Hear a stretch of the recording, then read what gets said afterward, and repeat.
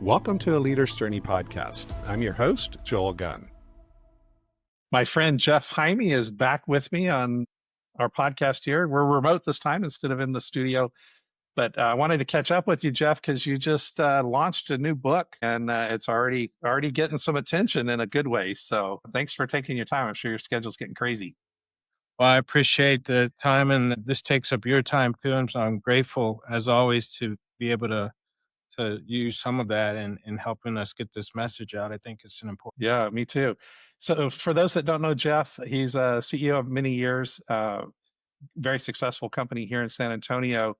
And that's one of the things you and I've talked about over the years as we've known each other. And I know this is kind of the heart of your story is you went from that old command and control model that maybe you learned in the military, maybe you learned it in other places, but it really moved to, for you, more about connection and care. And why that shift? Why did you shift, and why do you think people are still stuck on the old model? Yeah, you're right. I grew up in the military from when I was 19. I became a commissioned officer after 12 years of being enlisted. And then you're put in charge of people, right? And so you learn a specific way, and it's pretty much, as the name implies, command and control. And so you're trying to get a result, and everything, nothing is more important than the mission at all costs, that kind of mentality.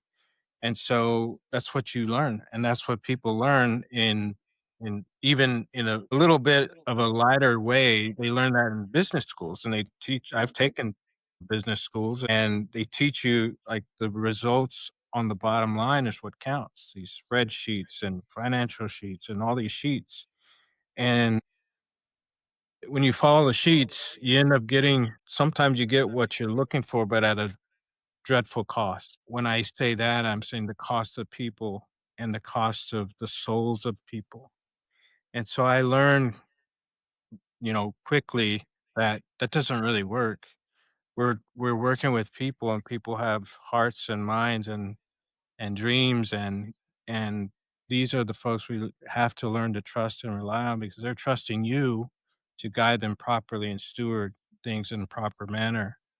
And so that kind of woke me up. And I realized that, there's different ways to achieve a goal. And, you know, I think Jesus modeled the best for all of us in how to serve and love. And just applying that to work is really the secret. That's not really a secret. It's not like a magic trick. You just follow the teachings that he's given us. And, doesn't mean you're going to be perfect at it. It just means you're following the perfect model. I've tried to capture that in our company and in the pages of the book as well. What first started your journey toward this idea of there was a better way to lead? There's, we do government contract and commercial services. You see a lot of, especially with big companies, and it's not exclusive to big companies, but you see a lot of turnover. You see a lot of people coming and leaving, and they don't really care what badge they have on because it's going to change again. Doesn't really matter. And in fact, I heard from quote when I worked for a large integrator, I heard we were bidding on a project, and we didn't factor in any means to provide raises for the people. They call that escalation. We didn't calculate that in. And so dumb me, I'm asking about that, like, why aren't we doing that? And they're like, well, it doesn't matter because all we want to do is win the work. It's for the shareholders. It's for the Mm. stockholders that we're trying to drive the value. And the more contracts we win, the more value they'll get. And that's our job. And I'm like, but what about the troops? Like, what about the people? Well, they'll come and go. It doesn't matter. We'll get someone to replace them. And I'm like, is that right? Mm. That's, that can't be the way. So we have to care about the souls that are doing the work. And so seeing that made me think, you know what? The government typically will grade you on three factors. Normally, they're technical, they're your price, and they're whether you're on past performance. Those are the three main things. And I always advocate they should have a fourth factor. The fourth factor should be, what are you doing to retain the people that you're hiring? Because it might sound great for shareholder, but we're talking about a mission, and there's a gap in in the mission when somebody leaves. Now Mm, you might say, well, Johnny's just as smart as Billy. He can replace him, no problem. It may be true, but there's a time delay even for the smartest person to get caught up, right? So I'm saying let's prevent that from happening and invest beforehand. So we do our best we can to prevent the person from leaving voluntarily and avoid the cost of the mission and turnover, right? So it doesn't mean it's perfect, but at least we're showing an effort to try and mitigate the risk of gaps in the mission by creating turnover, right? And by the mhm. way, as you know from it's becoming more widely known, there's this, I call it the new pandemic. The new pandemic is just fraught with this. I call I made this creature named Apatheon, and he's the lord of this dark world of disengagement. Gallup's research shows us that $8.9 trillion a year this last year was the cost to the planet for disengaged employees. In fact, people under 35, 22% of them report being lonely at work.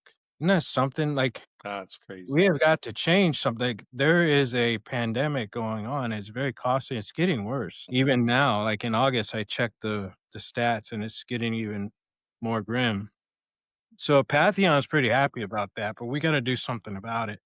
And I think applying our model here, what I call the glow to glue leadership model, is a way to sort of counter that threat. So that's the approach that I think is needed. You know, the number of business leaders and influencers in the field have been saying for several years there's a got to be a better way to lead, right? It's not particularly a new thought, but a lot of leaders still hold on to the old methods. Do you have any opinion on why that might be? I think, well, I did some research, and of the top schools that teach, like all the CEO schools, like the Berkeley CEO schools, there's Harvard schools, there's different schools you can go to, and they take about a year to go through them.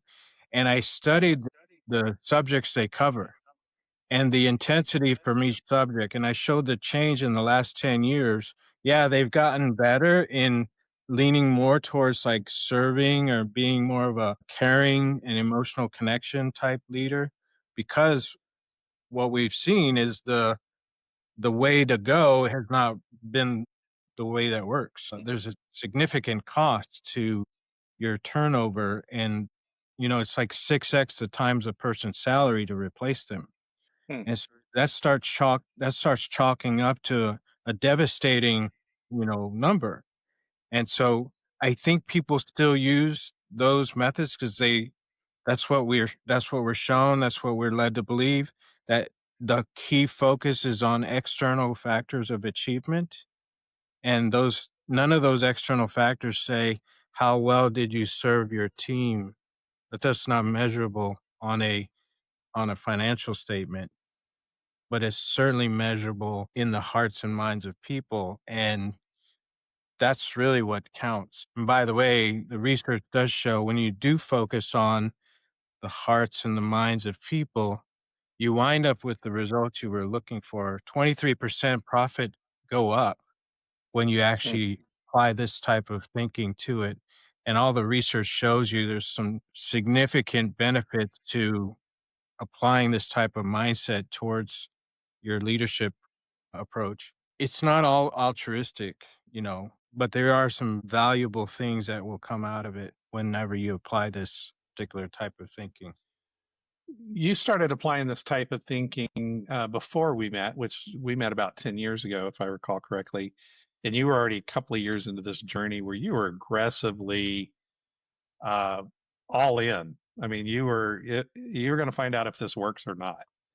And what were some of those early experiences like as you started to shift that mindset from I want to try to lead in a different way? What were some of those experiences like? One of them I actually captured in the several in my book, but one of them that stood out to me was I had a friend from high school I hadn't seen in, you know, 20, 30 years. And I heard the news that she had suffered a stroke and she lived out of state and she didn't have any family near her. She wasn't married. She didn't have any children, but she needed to be transported back to San Antonio because her family was here and she needed that 24/7 care and love from family. They couldn't just like fly her here. They had to medically ambulance her and care for her as she came. And when Wow. I saw those words on the screen that, "Hey, we need to help. Somebody please help." I asked the person that was sort of coordinating this spaghetti plate sale to try and raise money for her. I asked that person and she told me, "Here's what it costs to do it." And at the time, our business was at a point we had just won some pretty good work. And I thought, we could do that. We could help her. Like it's a pretty big thing for her that we could do. And it wasn't really that, relatively speaking, it wasn't that much to do. So I went there, I went to the fundraiser and I had a check and I told the girl, I said, here's an envelope. Please promise me you won't say where this came from, but I want you to give it to the family and I want them to be able to bring her home." And I turned around and got in my truck and I swore I felt the presence of my grandfather who was smiling down at me, who basically showed us this his whole life on how to serve and help neighbors. And I thought to myself, is that what we're here for? Is that what Mm, businesses are meant to do? And he said, "Heck yeah, that's what you're supposed to be doing. Keep going." And so I took that to heart and we just like ran with it since then. Can't do everything, right? Can't right, It's not right. possible. It's sadly there's so much that needs help. But I think as an army of heart-minded, like-minded, and kind-hearted people, we can put a dent in some of this stuff that exists Mhm. and create this swirl of goodness around the world that needs desperately. Kick out a Apatheon. He needs to go. Yeah. You managed to, and I mean this in a fun way, you managed to drag your employees into this, and they love every minute of it. Yeah, I've been around, I've got to talk to some of them over the years, and they look forward to it. You've got other smaller companies that say, "Oh, we're too small to do anything." And you say, "Well, join me in some of my projects and my mission." You want to share any examples of some of those things? Yeah, in fact, we're cooking one up now for the end of the year. It's become a tradition for us to do the prison fellowship, the Angel Tree Prison Ministry, where we help. We get a bunch of envelopes of families that have children of parents that are incarcerated. They can't go shopping for their kids, but they're shopping for hope that somebody will, right? And Hmm. so we have that's become a custom of ours, and we're grateful that community has now been able to come in and help out, not only shop with us, but help wrap the presents and deliver them for the children out there. And so that's one example that we've held on to each year and Hmm. look forward to doing it again this year. So many stories have come out of those particular experiences. And the reason why people love that, like, we don't even consciously think about it, but whenever we do engage in good things like that, or even think about them, the the chemistry of your brain kicks in gear and the dopamine and oxytocin, serotonin and endorphins, the dose triggers in your brain because you're doing something that's nice. You're helping somebody in a good way. And that's how God designed us to feel great when we do good for somebody else. And so I say, since it's all these chemicals, we need as leaders, we need to don the lab coats of leadership and put our people in these chemistry experiences and put them in place. And after they go through it, they can't help but feel good about it, which is what you were Hmm. talking about. Their body does it by itself. There's not a pill you have to take or a shot you have to take. It just is what it is because that's how we're designed. We have to invoke those chemical responses by putting people out of the, disengagement cloud and put them in play, have some light shine on them, and they'll start glowing. And then that glow later turns into a strong connection glue. Hmm. Over time, you don't have any volunteer turnover to speak of. And that's where the title comes from of the book.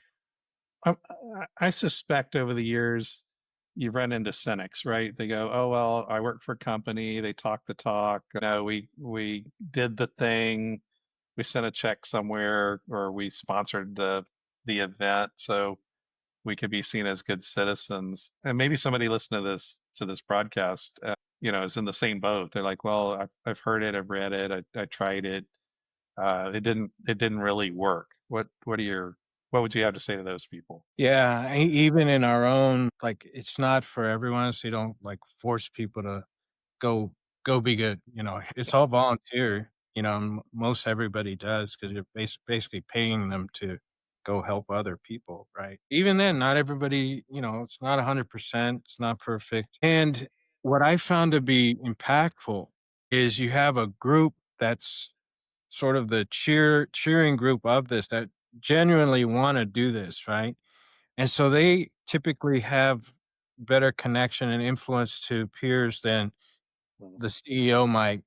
People might not feel comfortable saying what they really think, but they will speak openly and clearly to their peers. And so if they can come up with the ideas that they feel passionate about, and then the company gets behind them to go serve what they felt passionate about, that typically works better. That's what the research shows. Things that you have, for example, we had a team member who had a special needs child, and they had this one event in San Antonio. It was a week long, and they were doing like activities and also products you can buy for families that have special needs children. Well, that was near and dear to her, and we just all packed up our stuff and went to her to serve her in that capacity. She guided us what to do. We were there for her. And by the way, after that, she was so grateful and crying and just emotionally connected to us for doing that for her. And that's stuff you can't make up. Like, it's not like a send a check and be done. And that can happen and it does help. But if you want the stickiness, if you want the Mhm. true emotional connection, you have to put yourself in the game and run the plays. Mhm. That's the only way to feel what it feels like. That sounds like, in the book you talk about emotional bonds drive retention and loyalty. Sounds like that's kind of the experiences that your people are having is by jumping in there with each other. It starts to build those bonds of gratitude, those bonds of giving, and that starts to become the glue, right? When we go through experiences that impacts not only our lives, but lives of others, maybe less fortunate, there's a a brotherhood or whatever you call it that forms. It happens in wars. It happens when I was Mhm. deployed in Desert Shield, Desert Storm. I never met those people that I was with, but I'll never forget them. We went through some Mm. stuff together. 9/11, I was stationed at the Pentagon. Every September 11th, I call my people I was with. We connect even for that one day, and then I don't talk to them. May not talk to them for another year. But Mm. these things happen. We served somehow, whether it was a tragedy or a good thing, we connected because we went through a life experience that was profoundly different from our day to day. And Mhm. especially enhanced whenever you do that serving the lives of others. And by the way, one quote I never forget when we served these kids at Meadowland who have been beaten and abused and taken away from their parents by the state for good reason. Unfortunately, they had to live through that. When Mm. we go and we would serve them and just hang out with them and just spend time with them, afterwards, we come back and we reflect, and one of the quote was, "We were the ones who actually got the gift." We got the gift because we put ourselves into play. We saw what it felt like to serve and be loving towards these unfortunate children like Jesus would do, and we come back and reflect on it, and that emotional high is what we felt, and that's the glow, the helper's high or giver's glow. Mhm. That's what we were feeling. So we were actually getting the gift by Yeah. doing that. Jeff, I've heard this sadly, and I'm sure you have too. Jeff, that's all good for you to be in that gooey, soft people skill stuff, but like that's not me. That's not real world. Bottom line suffering right now.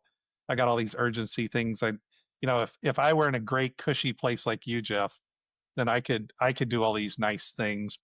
I got product to ship. I got deadlines to meet. I got real business to run here. How do you respond to those kind of comments? Well, I'll tell you, we're not in a cushy spot either. Like we've been hit hard, especially now with the changes in administration. A couple of our contracts have been stop funded. It's Mhm. serious. It's serious stuff. It's not like we're walking on this like nicely laid out carpet that sounds so smooth. And hopefully that's not. I'm trying not to sound like that's what it is because we're real people with real problems and real stuff too, right? So a lot of the stuff we've gone through is painful and it Yeah. hurts. And so, what are you going to do otherwise? Sit and sulk? You know, I don't choose to do that. There's a higher reason for us to be here, and I'm seeking that, right? Mhm. So, it's easy to get caught up in, yeah, right, and then you're stuck with what you have. If you don't work to lead yourselves out of it, then you're going to be where you are. And so, as a leader, especially, it's your job to put your people in position to believe there is a way out of that. And so you're going to charge forward. Yeah, something may happen, and it does happen. It happened to us where, it seems very dark. But what are you going to do as a leader? You're going to sit there and sulk about it? You can't. You have to be in the spirit that God gave you to live. And that's really what fire is about. The faith infused resilience executed. That's what fire means. And so, I would invite them to believe that if they don't trust me, trust the statistics. The research shows if you engage in these things, you will actually become better. The numbers you're looking for will actually show up even Mhm. higher. And Yeah. so that's documented. I put some of that in the book. So it's not the case like it's not a mutually exclusive thing, Right. right? And that's really probably the hard thing to really realize. Why? Because traditional teaching doesn't say this. Traditional schools don't really cover this. They're starting to cover it more, like types of things like this. Emotional connection with people. That's well worn now. Like people realize that, hey, we got to Mhm. change what we're doing. What we've been doing isn't working. And we're just feeding a pantheon whenever we go down that path. And so we need to change the game up a little bit. And it's one way, right? It's one Yeah. approach that I'm saying you can help fight against that grain. Yeah. I love how you characterize this monster of Pantheon. That's really bringing apathy into the workplace, and it is at pandemic level when you look at the cost and the number of people that are impacted about it. Jeff, I think you've got an antidote, and I want to talk about that next week in the next podcast. So I want to leave people a little bit on a cliffhanger here, but let's wrap this one up. For those of you that want more information about Jeff or his book, where would they find that? Where's the easiest place to go? Everybody loves to go on Amazon. It's on Barnes and Noble, Amazon. Just type in From Glow to Glue. Have a copy right here. There you go. I, And I heard mine's in the mail, by the way. Your it assistant is. called, so Yeah, yeah, yeah. looking I forward to it. I just finished writing in all of them. It's a lot of writing, so it's messy, but you hopefully you'll see my heart in there. But yeah, it's Amazon on. It's still available on Kindle for 99 cents Nice, for the next probably 20 more days. But it's available hardback and soft cover too on awesome, Amazon. And awesome. thank you, by the way, for letting me say that because I'm Yeah, excited my about it. pleasure. I want to All right, get but I want to come back next week. Let's talk about the antidote to Papillon. We'll pick up there and dive a little bit more into this topic. wonderful. Thanks, Jeff. Thank you. Thanks for joining us for this episode of A Leader's Journey podcast. If you enjoyed it, give us a thumbs up and remember to subscribe to our channel.